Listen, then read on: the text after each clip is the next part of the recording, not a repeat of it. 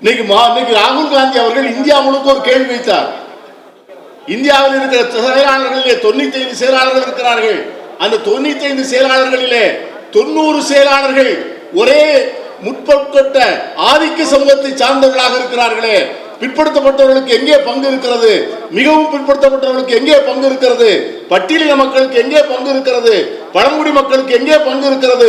சிறுபான்மை மக்களுக்கு எங்கே பங்கு இருக்கிறது என்று கேட்டார். இன்றைக்கு மந்திரி சபை அமைந்திருக்கிறது. மந்திரி சபையிலே முதல் இடத்தில் இருக்கின்ற 6 பேர் 7 பேர் இந்திய அதிகாரத்தை கையிலே வைத்திருக்கக்கூடியவர்கள்.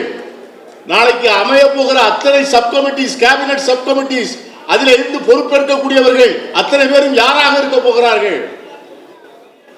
ஆகவே அந்த சமூக நீதிக்குள்ள அந்த போராட்ட குணத்தை நாம் பெற்றால் உடைய அந்த சமூக நீதி போராட்டம் காங்கிரஸ் கட்சியினுடைய தளத்திலே எடுத்து அதிகாரத்தை அடித்தட்டு மக்களுக்கு, பிற்படுத்தப்பட்ட மக்களுக்கு, மிகவும் பிற்படுத்தப்பட்ட மக்களுக்கு, பழங்குடி மக்களுக்கு, பட்டியலின மக்களுக்கு, சிறுபான்மை மக்களுக்கு அதிகாரத்தின் சாவிகளை ஒப்படைக்கவில்லை என்று சொன்னார்.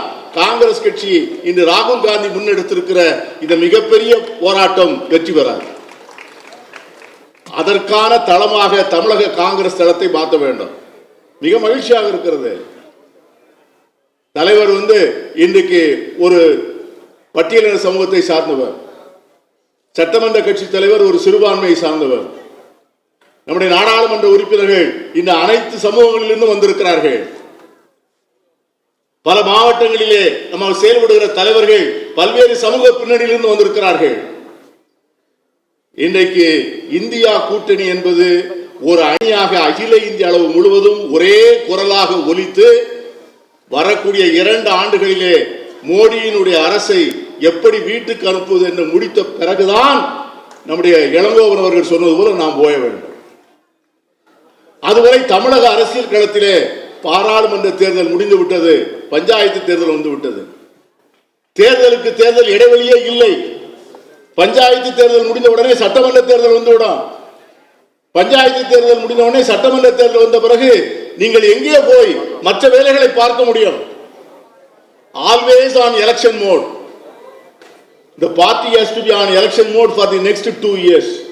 6 மாத இடைவெளியில நான் கேட்டேன். நான் நம்முடைய மாநில தலைவர்கிட்ட சொன்னேன், மாவட்ட காங்கிரஸ் கட்சி தலைவர்கள் சீரமைக்கணும், அதற்கு என்ன வழிகாட்டுதல் என்று கேட்டார். நான் என்ன சொன்னேன்னு கேட்டீங்கன்னா, இப்ப எலெக்ஷன் கமிஷன் வெப்சைட்ல போட்டிருக்கு, பாக முகவர்கள் போட்ட மாவட்டங்கள்லாம் எதுன்னு தயவு செய்து பாருங்க. பாக முகவர்கள் போட்ட மாவட்டம் 100 விழுக்காடு போட்ட மாவட்டத்தை மட்டும் வைத்துக் கொள்ளுங்க. அந்த பாக முகவர்கள் போடாத மாவட்டம் மற்ற மாவட்டங்களை நீங்கள் நீக்குங்க. யார் சிபாரிசு வேண்டாம். அவருக்கு வேண்டியவர், இவருக்கு வேண்டியவர். நீங்க அதை போன்ற வேலை செய்யக்கூடிய இளைஞர்களை நீங்கள் போடுகின்ற போது தயவு செய்து நாங்கள் மூத்த தலைவர்கள் யாரும் உங்களுக்கு சிபாரிசுக்கு வரமாட்டோம் என்கிற உறுதியை இந்த மேடையில் இருக்கின்ற தலைவர்கள் சார்பாக நான் சொல்ல முடியும் என்று எண்ணுகிறேன். முழுமையான அதிகார பங்கீட்டை, முழுமையான இளைஞர்களை, அற்புதமான வழிகாட்டக்கூடிய எல்லா தரப்பு மக்களையும் பிரதிநிதித்துவப்படுத்துகின்றவர்களை ஒரு சமூக கூட்டணியோடு இணைத்து நான் உள்ளபடியே நான் சொல்லுவேன், என் அருமை நண்பர்களே, தமிழகம் மட்டும்தான் லாக் ஸ்டாக் அண்ட் பேரல் என்று ஆங்கிலத்தில் சொல்வார்கள். பாஜகவையும் மோடியையும் ஒட்டுமொத்தமாக நிராகரித்த வரலாறு இந்தியாவிலே பாஜக தமிழ்நாட்டுக்கு மட்டும்தான் உண்டு. அந்த வெற்றியை பெற்று தந்த மகத்தான திராவிட முன்னேற்ற கழகத்தினுடைய தலைவர் ஸ்டாலின் அவர்களுக்கு நான் நன்றி சொல்ல கடமைப்பட்டிருக்கிறேன். There is no reservation, no hesitation. இந்த நேரத்திலே காங்கிரஸ் கட்சி எப்படியெல்லாம் கடந்த நின்ற 10 இடங்களிலே திராவிட முன்னேற்ற கழகமும் தலைவரும் தாங்கி பிடித்தார்கள் என்பதை நேரில் அறிவேன்.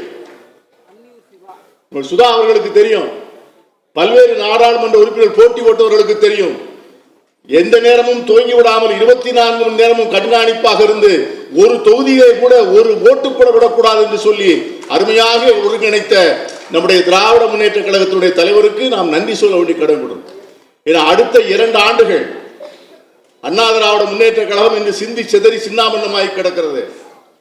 அதை சேர்த்து ஒட்டுமொத்தமாக ஒரு அணி அமைப்பதற்காக பாஜக தலைவர்கள் இப்பொழுதே சதித்திட்டம் தீட்டிக் கொண்டிருக்கிறார்கள். கூட்டணி வைக்க வேண்டும், கூட்டணி வைக்க வேண்டும் என்று.